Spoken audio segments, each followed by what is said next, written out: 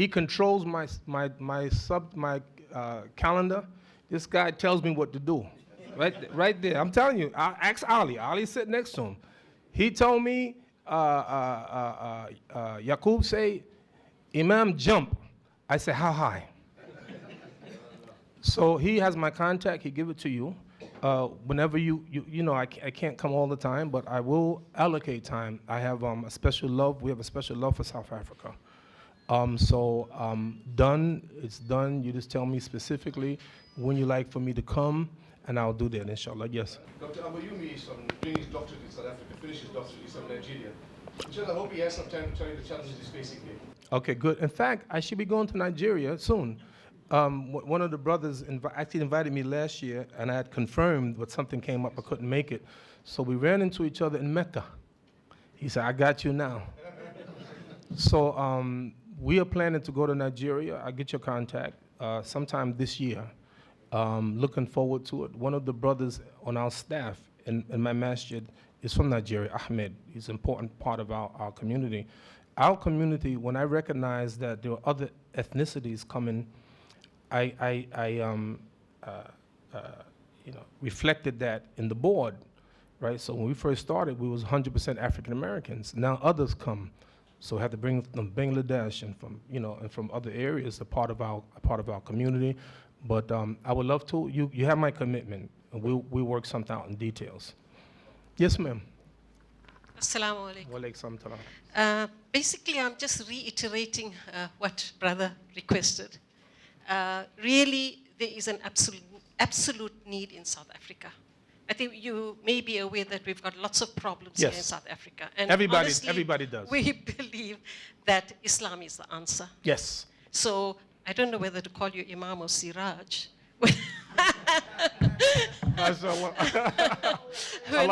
Really, we plead with you to please spend more time in South Africa and Africa, the African continent, but South Africa, I think, needs you the most. Jazakallah khair for coming through and conveying the message to us. Sister, thank you so much. And again, we've met so many South Africans that we have absolutely fallen in love. And because of that, we can't stay away. We realize we can't stay away. Thank you. About your fight against drugs. And I'm sure you are aware that, quite frankly, South Africa is leading in that. And there have been quite a few things that have been tried to fight drugs. I mean, a person like yourself who was in America where you are a minority, and also in Imam, practicing Islam, which is a minority. Right. How were you able to make such significant inroads in fighting? Let me be honest with you. In 1989, our masjid was in what many people said is the worst area in Brooklyn. Drugs, prostitution, crime, and all of that. This is where we got our masjid. Ali will tell you that there are times gunshots right around the masjid. Some of them may even go into some of our buildings. There were 15 drug houses on the block of our masjid, 15, when we first got the property. And we decided, we're Muslims, we're going to do something about it. So we had a plan, went to the police station and said, we intend to close these drug houses down. If you can get them out, we will keep them out. We had a big rally one day, talked about fighting the drugs, and 15 of those drug houses was raided by the police, and they took them out. When they took them out, we stood in front of the drug houses. And when people came, we said, no more drugs being sold here. We did that for 40 days and 40 nights. Front page of all the newspapers. They came around the world, every country, they covered it, radio, television, what the Muslim had done. Closed down those crack houses, and we closed them down and kept them down, alhamdulillah. We got a phone call after people heard about it from an owner of some buildings and said, Mr. Siraj Wahhaj, we saw what you did, we like it. Can you do the same thing in our neighborhood And how much will it cost? We weren't in the business of that. We did it for Allah, and Allah made us successful. Our area now is one of the safest areas in Brooklyn. It's clean. There's no more abandoned buildings, no more crack houses. And that, but that, what we did isn't the most effective. What we did is got rid of drugs. The real challenge is get rid of the desire for drugs. That's the real issue. Yes, some of you have to do that. You have to stand up because Muslims aren't scared. We're not scared of anybody but Allah. Once you get that point here, you're not afraid. Stop being scared. If you be scared, you'll never win. All throughout the Quran, don't fear men, fear me. And when you fear Allah, then you don't care of the consequences, like people going to fight in jihad, fi sabilillah. So it's a lot of work. I mean, Ali will sit head of security. He's the one that really put it together. We'll meet with you and talk strategy. But the bigger picture is the da'wah. You know, because for us, there are brothers in our community used to be on drugs, used to sell drugs. They don't do it anymore. Because the real issue is here, getting the people here, getting them to understand the deen of Allah. That's the big challenge. Sheikh. Assalamu alaikum. Walaikum salam, Sheikh. Thank you very much for coming once more. The last time I met Imam, we were in Cape Town, 1994 when he came. So he does come to Africa. He did come. Inshallah. You know, I think maybe this is an unfair question. Yeah, I happened to be watching some clips on YouTube, and there was a speech which you gave, and you said something, and you moved away from the podium, and it was about the minister. Oh. When you went to Chicago. Really? Yes. Minister Farrakhan? Yes. There's something you said to him about, because they're fasting in December. Yes. And they're not fasting in Ramadan. Yes. Could you take us around? Let me say this, brothers and sisters, in a general way. A da'i has to use wisdom, as you know, hikmah, bil hikmah, ma'idat al-hasana. And you want to balance between, you want to tell the truth, but you want to do it in a good way. You know where Guinea is on the map? Guinea, right? It's West Africa.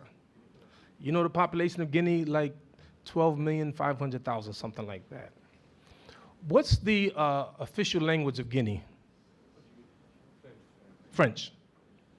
The reason the official language is French because they were colonized by the French. Northwest is a small country called Guinea-Bissau, right? A small country, 1.3 million people, something like that. What's the official language of Guinea-Bissau? Portuguese, because they were colonized by the Portuguese. A friend of mine named Arthur Richards, I met him in Orlando, Florida. We had dinner together. African-American, been a Muslim like 6 years. He said him and his imam, they went to Guinea-Bissau, and at one time, 7,000 people took Shahada. 7,000, one time. Why? Because the leader of the tribe took Shahada, and everyone else took Shahada. Every once in a while, if you can get a person, a special person, if you can get that person, it's so special. Allahumma izz al-Islam bi Abu Jahl ibn Hisham, bi Umar ibn al-Khattab. Oh Allah, strengthen Islam with Umar ibn al-Khattab or Abu Jahl ibn Hisham. Umar becomes a Muslim. You think Islam has been strengthened with Umar? Someone raise your hand. If one person in the world could become Muslim, who would you say it should be? Just raise your hand, anyone. Who? Minister Louis Farrakhan. Why? Because he's a lot of followers and very inspirational. Good. Who else? Give me a name. Donald Trump? Oh, man. Oh, man. Oh, hey, listen. No. I got to be honest with you. I got to be honest with you, right? Okay? I got to be honest with you, right? It's like, ugh. Okay, good. Why? Why? Why? He's got lots of followers and he needs Islam. Good. That's fine. Good. I accept it. Give me one more. Yes. Putin. Ah, why? I mean, he's the most powerful person that we have currently. According to Trump, he's the most powerful person. That's true. Plus, he's got followers. I mean, he's been leading now for how many American presidents has he known? Right. In my opinion, the most articulate person, charismatic, eloquent, is Minister Louis Farrakhan. You may not like his politics, you may not like his aqidah, but his ability had a 1 million man march in Washington, D.C. 1 million black men came to Washington, D.C. to listen to Minister Farrakhan. Every once in a while, there's an orator that is produced, a Malcolm X, a Martin Luther King Jr., a Farrakhan. So I've spent a lot of time with Minister Farrakhan trying to advise him, to invite him to accept Islam fully. He's made some changes, alhamdulillah. And Ali knows, I've sat with Minister Farrakhan many times. When he comes to New York, he calls me. He says, Imam Siraj, let's go for breakfast, let's go for lunch. And he will tell you that I always try in a respectful manner. And he's made some changes, alhamdulillah. So I don't give up. And for those reasons that you said, if we can bring him even more closer. If you want to talk about justice for people, there's none better than Farrakhan. See, he's that.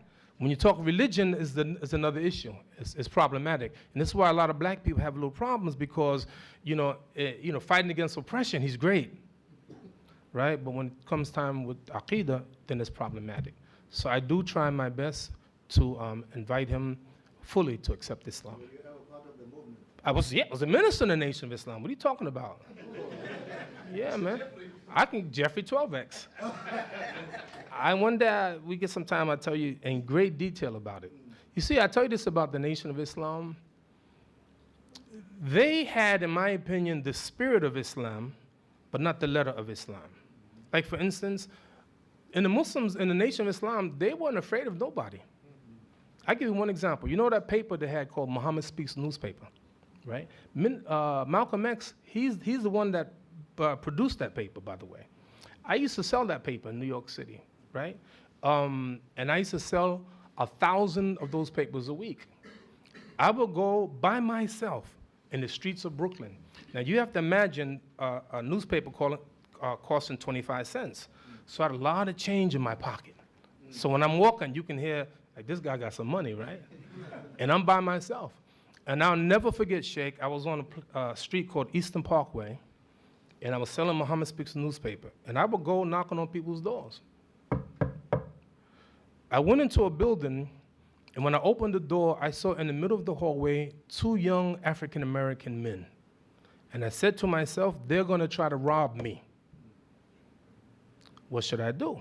Go back or go forward? What should I do? You tell me. What should I do? Huh? Go forward? Yes. You would go forward? Yes. Or you want me to go forward? But you don't want to go forward. I decided to go forward. Come, Sheikh, for a second. Give me this for a second. On the right-hand side was a guy, the meanest looking guy I've ever seen in my life. Like him, no. No, I'm messing with you, right? And the guy on my left was a little bit, nicer looking. So what I did, I went to him, I faced him and said, what's the matter with your partner over here? How come you don't smile? Then, all is psychological. Then I took Muhammad Speaks newspaper and I put it under his arm. I said, give me 25 cents. Looking right dead in his eye. He did. He went in his pocket and pulled out a gun and said, you just can't steal from a Muslim. You can't rob a Muslim, put his gun back in his pocket and gave me 25 cents. Thank you, sir. Where's my 25 cents, man? So you see, there's a lot of greatness in the Nation of Islam. They were disciplined. You know, be honest with you, when I became a Muslim, when I first went to Mecca, the biggest shock in my life, Muslims smoking cigarettes. It's like, you know, in the Nation of Islam, they were so disciplined, you'd be put out of the nation for smoking a cigarette. Smoking a cigarette, you'd be put out. So they were disciplined, they were strong, they were tightly knit, and they had one leader, and everybody knew who the leader was. Now the Muslims, we got all this knowledge, all this ilm, all of this taqwa, all of this. And these people there, they went out and they did massive da'wah every week. I'll give you one example, Sheikh. At one of the heads of our temple, I told him one day, I said, please go get me a bus. He said, what you need a bus for? I said, I'm going to show you something. You got a bus, right? And I said, drive around. And we drove to a park. I said, stop here. I got off the bus, and there was a group of black people. And I said to them, ladies and gentlemen, I'm a Muslim. And Islam is the right religion. Get in the bus. And they got in the bus. 17 of them got in the bus and went to our temple where we taught them. You know what I'm saying? That kind of, conviction. That kind of we don't have it. We don't have it like we should, in my opinion. So we got a lot of work to do, Let's do it together. May Allah bless you. Jazakallah khaira. Assalamu alaikum wa rahmatullah. Assalamu alaikum wa rahmatullah. A'udhu billahi minash shaitanir rajeem. Bismillahir rahmanir rahim. Brothers and sisters, thank you for coming. Firstly, a very big thank you to Radio Islam, Al-Misbah Foundation Events, and Qurtuba Foundation. These three organizations never had us, it was just the public talk. Actually, Imam was not supposed to come to Durban. And on top of all that, those three organizations, Mr. Yaqub Mehta, Jazakallah so much, Uncle, for considering Durban to bring Imam Siraj. And Imam Siraj, thank you very much. Imam, the dua of the Musafir. We, even though we are going to close it, but please make dua for this community. Al-Fatiha, Bismillahir Rahmanir Rahim, Alhamdulillahi Rabbil Alameen, Ar-Rahmanir Rahim, Maliki Yawmiddin, إياك نعبد وإياك نستعين اهدنا الصراط المستقيم صراط الذين أنعمت عليهم غير المغضوب عليهم ولا الضالين آمين ربنا آتنا في الدنيا حسنة وفي الآخرة حسنة وقنا عذاب النار ربنا لا تزغ قلوبنا بعد إذ هديتنا هب لنا من لدنك رحمة إنك أنت الوهاب رب اجعلنا مقيم صلاتنا ومن ذرياتنا ربنا وتقبل دعانا ربنا اغفر لنا ولوالدينا وللمؤمنين يوم يقوم الحساب إن الله وملائكته يصلون على النبي يا أيها الذين آمنوا صلوا عليه وسلموا تسليما اللهم صل على سيدنا محمد عبدك ورسولك النبي الأمي وعلى آله وصحبه وسلم تسليما سبحان ربك رب العزة عما يصفون وسلام على المرسلين والحمد لله رب العالمين لا إله إلا الله محمد رسول الله لا إله إلا الله محمد رسول الله لا إله إلا الله محمد رسول الله. Assalamu alaikum. Peace be upon you. Bismillah ar-Rahman ar-Rahim. In the name of Allah, God most gracious. Brothers and sisters and friends, it gives us great pleasure to introduce to you two champions of the cause of religion, a Muslim and a Christian. I must admit from the outset that I am a Muslim, but I must say to you that being a Muslim and the moderator causes me to be fair and just. And I will do my best this evening to moderate this historical event in a just and a fair manner. And I pray to Allah the Almighty that He would help us to do that. This event tonight, this Muslim-Christian debate, or this Christian-Muslim debate, entitled, "Is the Bible God's Word?" was organized by the Muslim Student Association at LSU and sponsored by the Islamic Center of Baton Rouge, Louisiana. Now, we have in this audience today many Muslims and many Christians, and the two of us represent the dominant religion in this world. In a real sense, tonight, we are tested. We are tested by our belief. And our test will not be according to our vocal cords, how loud we can shout, or how much we can jump up or chant. That's not the real test. The real test tonight is that we have before us two very well respected giants in their belief. They're going to prove to us something tonight, that we can sit down and have dialogue. We don't have to solve things with a gun, with bombs, but we can have a true summit in a real sense. Tonight, that is our test. Can you sit here as a Muslim and sit here as a Christian and listen? Yes, tonight is a debate. This evening is not for us to be entertained. It's for us to think, to reflect, to ponder. We are called upon tonight to exercise some self-restraint. I am the moderator, and I will take charge of my post. And that means if anyone gets out of hand, and I know that won't happen here, but we have people on the side to help us to keep the order. I will give you the format today. At first, Reverend Jimmy Swaggart will begin. He will address us for 30 minutes.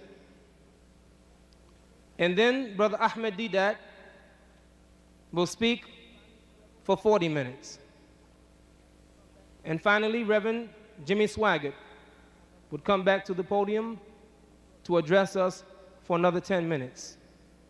We thought this would be fair and just, and they both have agreed.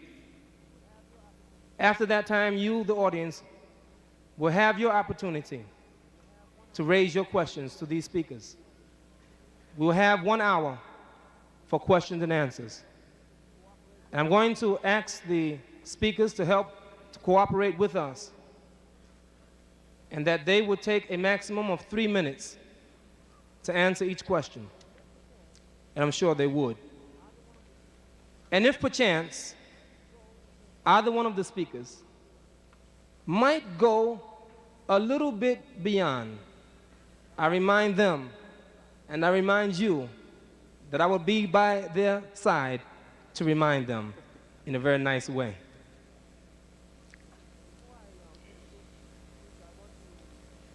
Before I introduce the speakers, I want to give you an announcement.